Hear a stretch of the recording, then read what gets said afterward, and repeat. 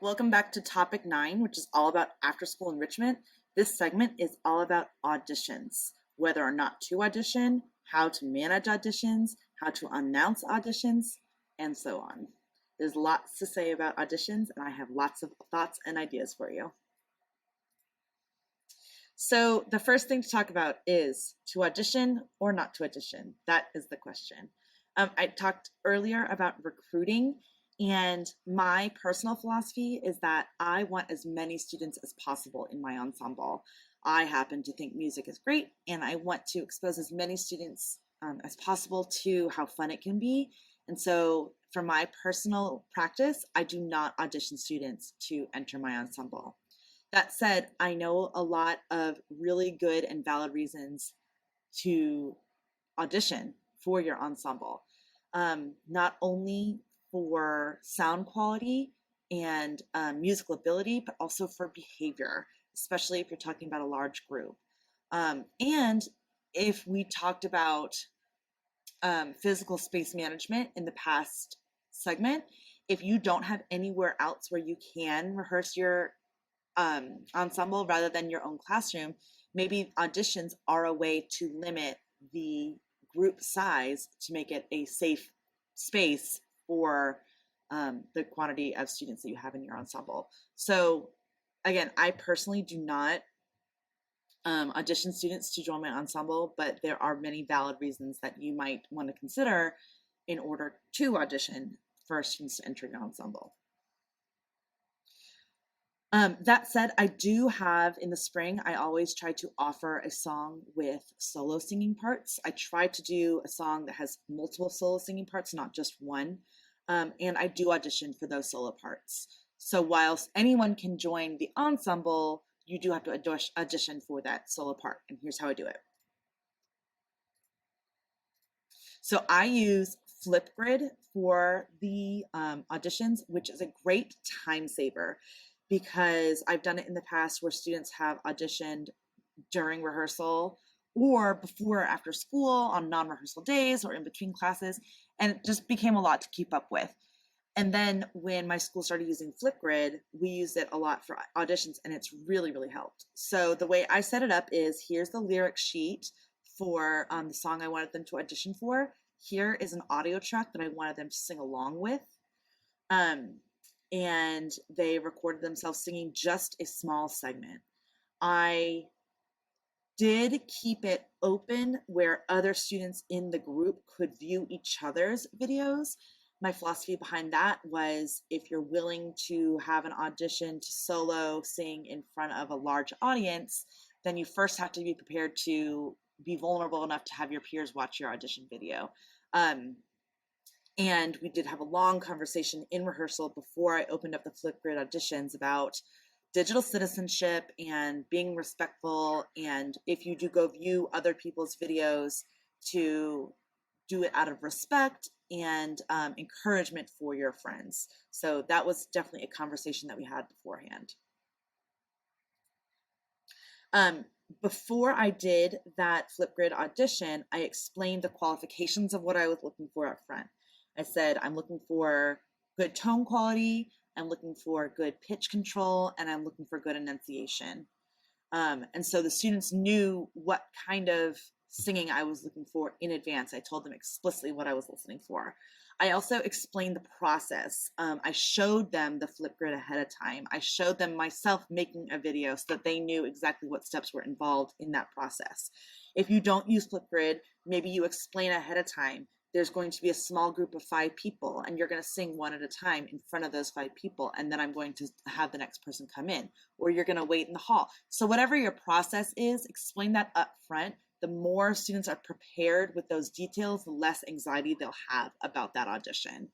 I auditioned them on the specific song that I wanted them to sing for the solos, but if you don't have that song yet, or if they don't know that song yet, maybe you can do a familiar song like Twinkle Twinkle Little Star or Happy Birthday or the national anthem, where it's the same song for everybody. I would encourage you to provide a song that is familiar rather than having the students come up with their own audition song.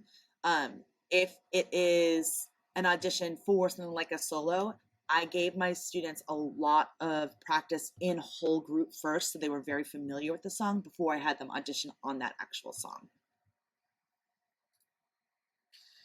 For instrumental parts, it was a little trickier. I did a song this year on our chorus concert that included the Orff xylophones. And so what I had them do was, while my co-director was leading the full group in the gym, I pulled students into my own classroom to practice doing an ostinato.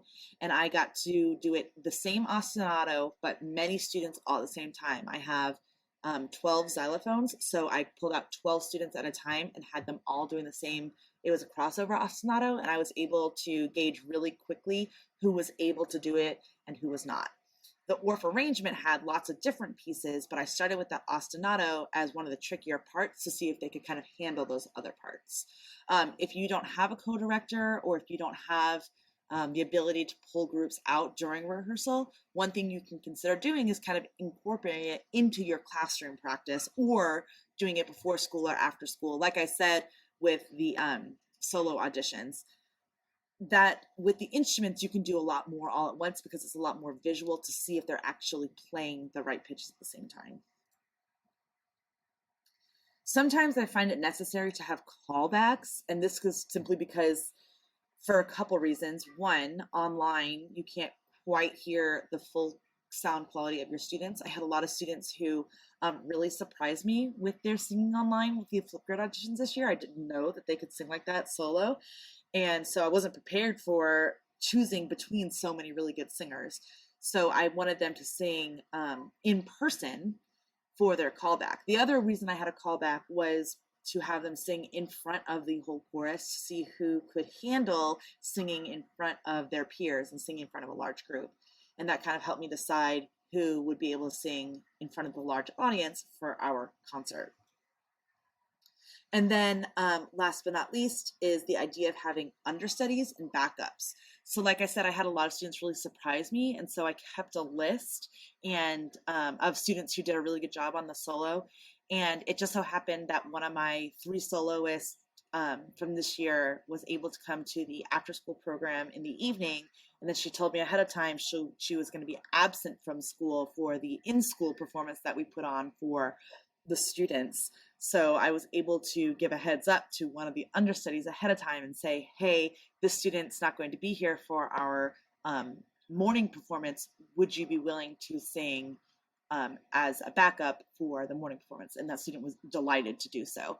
It also kind of helps soften the blow for when you announce who was chosen for the soloists. You say, everyone did such a great job. I'm so proud of everyone who tried. And this isn't the end. If someone is absent, we have backups in place. And then I didn't really tell my students who those backups were until, like I said, until that student was going to be absent. I gave the other student kind of a heads up. But that kind of softens the blow for the students who don't get selected as a soloist, that maybe they still kind of have a chance. That I tell my students all the time when I announce a soloist that it's simultaneously my favorite day in chorus and my least favorite day, because I hate upsetting kids who did a really good job on the solo but maybe weren't selected for that one song. And I always do a really big speech about how maybe you weren't selected for this song, your voice wasn't quite what we needed for this song, but that doesn't mean that you don't have a good voice and that you should consider quitting music at all. My co-director this year was a former professional Broadway singer, and she told the kids about how she had been on many, many auditions. Some she got and some she did not, but she didn't let it get them down. And for the first time this year, I didn't have any students cry when they didn't get announced as a soloist. So I counted that as a big win. So here, those are just some ideas for auditions. Again, as always, if you have other ideas, please share them in the comments. And in general, it has been a pleasure being your PLC lead for the 2021-2022 school year. I hope everyone has a great summer and that we continue to have the ability to collaborate together for many years to come. Thanks so much.